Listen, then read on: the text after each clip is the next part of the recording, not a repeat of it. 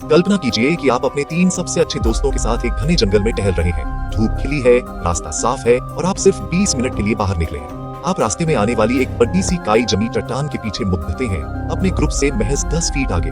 5 second बाद आपके दोस्त भी उसी मोड़ पर पहुंचते हैं, लेकिन सामने का रास्ता बिल्कुल खाली है। न पैरों के निशान, न टूटी हुई टहनियां और न ही कोई आवाज। आप सिर्फ कहीं गए नहीं हैं, आप हवा में गायब हो गए हैं।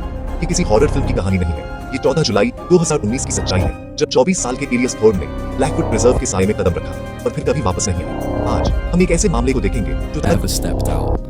Today, we look at a case that defies logic, challenges search and rescue experts, and leaves a family asking, how does a human being simply cease to exist? Elias Thorne कोई लापरवाह इंसान नहीं थे। इस केस को समझने के लिए आपको उस व्यक्ति को समझना होगा। वनस्पति विज्ञान, बॉटनी के छात्र होने के नाते एलियस को प्रकृति से प्यार था, लेकिन वे उसका सम्मान करना जानते थे। वे उन लोगों में से नहीं थे जो बिना तैयारी के रास्ते से भटक जाएं या मौसम की चेतावनी को नजरअंदाज कर दें। उनके दोस्तों ने उन्हें बेहद सावधान व्यक्ति बताया। एक छोटी सी वॉक पर भी वे अपने साथ जीपीएस घड़ी, एक सीटी और एक बेसिक इमरजेंसी किट रखते थे। वे एक बेटे थे, एक भाई थे और उनकी सगाई हो चुकी थी। उनका भविष्य सुनहरा था। गायब होने से ठीक 1 हफ्ते पहले ही उन्हें एक बड़ी रिसर्च ग्रांट मिली थी। ब्लैकवुड प्रिजर्व, जहां वे गायब हुए, अपनी खूबसूरती के साथ साथ अपने घनेपन के लिए भी जाना जाता है। यहाँ चूना, पत्थर की नुकीली चट्टानें और सदियों पुराने पेड़ हैं। You're an amateur, but Elias wasn't an amateur, and he wasn't alone. 3 बजे से 7 बजे, सुबह 10 बजे, एलियस और उनके 3 दोस्त सारा, मार्क और लियो नॉर्थ ट्रेल हेड पहुंचते हैं। मौसम सुहावना है। सुबह 11:30। ग्रुप डेविल्स एल्बो नाम के एक ऊंचे पॉइंट पर पहुंचता है। वे तस्वीरें लेते हैं। एक सेल्फी के बैकग्राउंड में एलियस मुस्कुराते हैं। हुए दिख रहे हैं। उन्होंने चमकीले नीले रंग की विंड ब्रेकर जैकेट पहनी है। यह उनकी आखिरी तस्वीर साबित हुई। दोपहर 12:15। ग्रुप नीचे उतरना शुरू करता है। यहाँ रास्ता बहुत संकरा है, इसीलिए सब एक लाइन में चल रहे हैं। एलियस सबसे आगे हैं, क्योंकि उन्हें वहाँ के पेड़ पौधों की जानकारी है और वे दोस्तों को खास किस्म के फर्न दिखाना चाहते हैं। दोपहर 12:22। वो 5 सेकंड का फासला। रास्ता द सेंटिनल नाम की एक विशाल चट्टान के पीछे मुड़ता है। वे सबसे पहले मुड़ते हैं। उनसे लगभग 10 फीट पीछे है।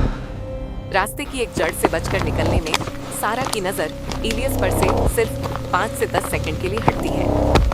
दोपहर 12:23 सारा मोड़ पर पहुंचती है।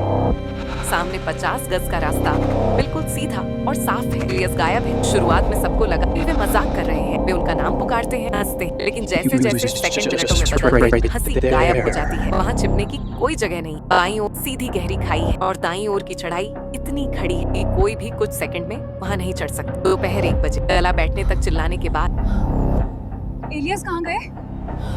लेकिन कोई जगह नहीं है। बाईं ओर सीधी गहरी खाई है और दाईं ओर की चढ़ाई समझ आता है खड़ी है। बहुत गलत हुआ। कोई बार कुछ सेकंड है जहां नहीं चढ़ सकता। लियो मदद के लिए फोन सिग्नल की तलाश में नीचे की ओर भागते हैं। जांच पड़ताल 7 बजे से 11 बजे तक 3 घंटे के भीतर स्थानीय खोज और बचाव SAR।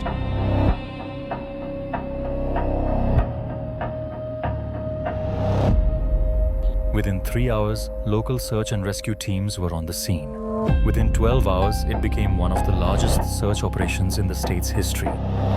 Over 200 volunteers, bloodhounds, and specialized trackers combed every square inch of the Sentinel area.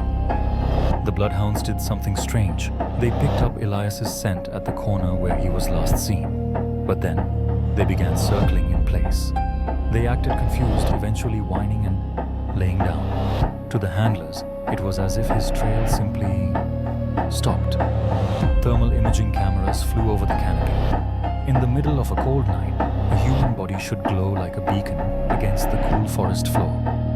They found deer, bears, and even a lost hiker from a different trail, but no sign of Elias or his bright blue windbreaker.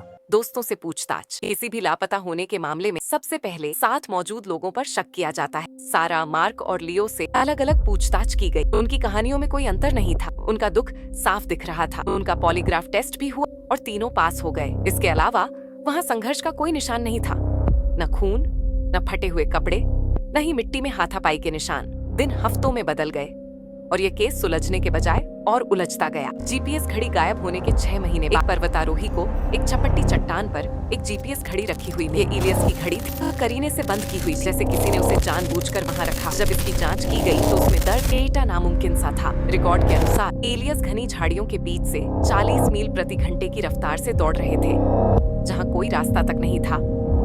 इसके तुरंत बाद battery खत्म। दोस्तों ने बताया कि जिस पल एलियास गायब हुआ उसी समय जंगल बिल्कुल खामोश हो गया। न कोई पक्षी, न हवा, न कीड़े मकोड़े। इस तरह की घटना को अक्सर ऑज इफेक्ट कहा जाता है। अजीब गायब होने के मामलों में यह बात बार बार सामने आती है, लेकिन विज्ञान के पास इसका कोई साफ जवाब नहीं है।